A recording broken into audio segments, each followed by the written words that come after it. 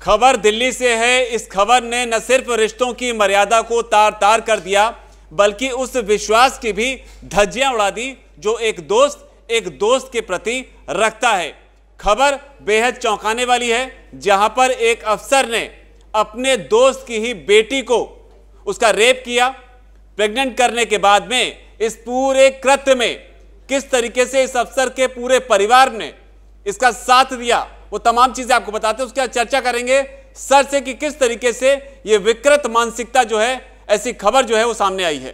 दरअसल दिल्ली सरकार के महिला एवं बाल विकास विभाग के डिप्टी डायरेक्टर पर नाबालिग लड़की से रेप करने का आरोप लगा है। लड़की इस अफसर के दोस्त की बेटी बताई जा रही है, जिसे वो नवंबर 2020 में अपने जिगरी दोस्त की मौत के बाद अपने घर ले आया था। पुलिस का बयान है कि इस अधिकारी ने जनवरी 2021 तक कई बार नाबालिग का यौन शोषण किया। जब वो प्रेग्नेंट हो गई तो आरोपी की पत्नी ने उसे एबॉर्शन पिल्स दी। मामला तब सामने आया जब लड़की को एंजाइटी अटैक के बाद हॉस्पिटल में एडमिट किया गया। तब उसने डॉक्टर से पूरी कहानी बताई और खबर यह भी है कि पत्नी ने बेटे से एबॉर्शन पिल्स को मंगवाया था। और अब दिल्ली पुलिस ने आईपीसी की धाराओं में और पॉस्को एक्ट के तहत मामला दर्ज कर लिया है। पत्नी को भी इसमें आरोपी बनाया गया है। लेकिन सर आप ये बताइए, इस तरह की मानसिकता किस तरीके से काम करती? क्योंकि एक दोस्त की मौत के बाद मदद के नाम पर उसकी बेटी को अपने घर लेकर आया, उसके बाद उसका शिकार किया। देखिए शेखर, विकृत मानसिकता से भी अधिक कोई अगर हो सकता है तो उस श्रेणी में है।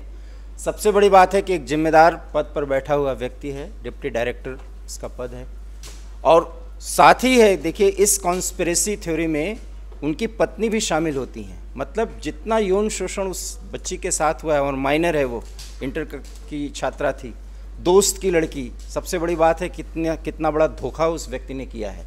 हालांकि ये प्रथम दृष्टया पूरा मामला सामने आया है पुलिस जांच पड़ताल में, जो पॉस्को एक्ट लगाया गया है और धाराएं लगाई गई हैं। अब सबसे बड़ी बात है कि इस कॉन्स्पिरेसी थ्योरी में पत्नी भी साथ होती है। तो आप सोचिए कि डिप्टी डायरेक्टर के घर का माहौल क्या था, और एक महिला है और वो एक महिला और एक माइनर बच्ची के साथ जो है जितना वो दुष्कृत्य कर रहा था, कई दिनों से उसको अंजाम दे रहा होगा, उसमें साथ देने की उसकी मजबूरी होगी।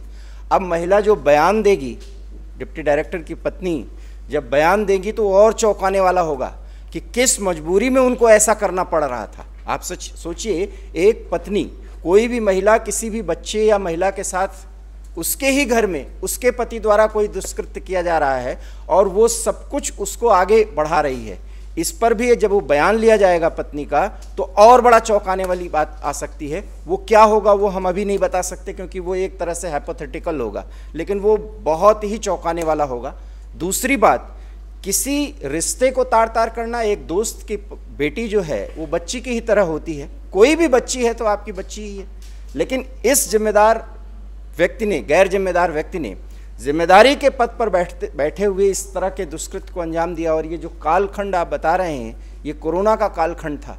इस कोरोना कालखंड में जब जिम्मेदार अधिकारियों पर कितना बड़ा बोझ था, कितनी जिम्मेदारी थी, ऐसे में इस तरह का बहसियाना हरकत करना, इससे बड़ा तो कोई हो नहीं सकता। लेकिन अब इसकी जांच पड़ताल है और जांच पड़ताल में कई ऐसे मामले आएंगे, उस माइनर के भी बयान लिए जाएंगे, उसके पत्नी के भी बयान लिए जाएंगे, उस डॉक्टर के भी बयान होंगे, और सबसे बड़ी बात, जो बयान होंगे और इनका बयान क्या होता है, जो गिरफ्तार हुए हैं, जिनको पुलिस गिरफ्तार करने गई है, तो कुल मिलाकर के इसमें अरविंद केजरीवाल को सख्त एक्शन लेना ही पड़ेगा, क्योंकि लेकिन उन्होंने सस्पेंड कर दिया है। सस्पेंशन ही भी ज़रूरी था। लेकिन अब इस पे राजनीतिक चश्मे से अगर हम इसको न देखें तो बहुत ही बड़ा, ये इससे बड़ा दुष्कृत्य और कुछ हो नहीं सकता। तो इससे बड़ा दुष्कृत्य कुछ हो नहीं सकता है। हालांकि अब पुलिस पूछताछ में क्या खुलासे हो सकते हैं, क्या नई जानकारी निकलकर सामने आ सकती है, उसका इंतजार करना होगा। लेकिन ध्यान ये भी रखना होगा कि हम एक ऐसे देश में रहते हैं जहां किसी को बहन कह देना मात्र ही अपने आप में बहुत बड़ी बात होती है, और बेटी कह देना किसी के लिए बड़ी बात होती है, और वो बेटी हो जाती है, रिश्ते उस तरीके से बन जाते हैं। लेकिन किसी ने फिर भी सही कहा है कि इंसान के गिरने की भी कोई शायद हद नहीं होती है, और वही इन्होंने किया। और जिस महत्वपूर्ण पद पर बैठकर ये सोचिए इस तरह के चीजों को, उस घर में जिसमें पत्नी साथ रह रही हो और पत्नी भी, अब मैं आपको खुल के बोलता हूं, पत्नी मजबूरी में ऐसा कर रही थी, ये भी बात सामने आएगी, आप देख लीजिए सर। लेकिन कोई भी कितनी भी बड़ी मजबूरी हो, जो घटना हुई है वो अपने आप में मेरे ख्याल से कोई भी सजा जो है वो कम होगी। आगे का जो मामला होगा कि पत्नी को इतना प्रताड़ित किया होगा इस व्यक्ति ने कि वो करने पर हर कुछ करने, पिल्स मंगाना, एबॉर्शन के लिए उसको आगे ले जाना, ये पत्नी बहुत, और अगर नहीं की है तो उससे बड़ा तो नोटोरियस कोई होगा नहीं। क्योंकि मैं बार बार कह रहा हूं कि प्रथम दृष्टया ये मामला आया है, जब इनसे पूछताछ होगी तो चौंकाने वाले बयान होंगे, और वो बयान जो है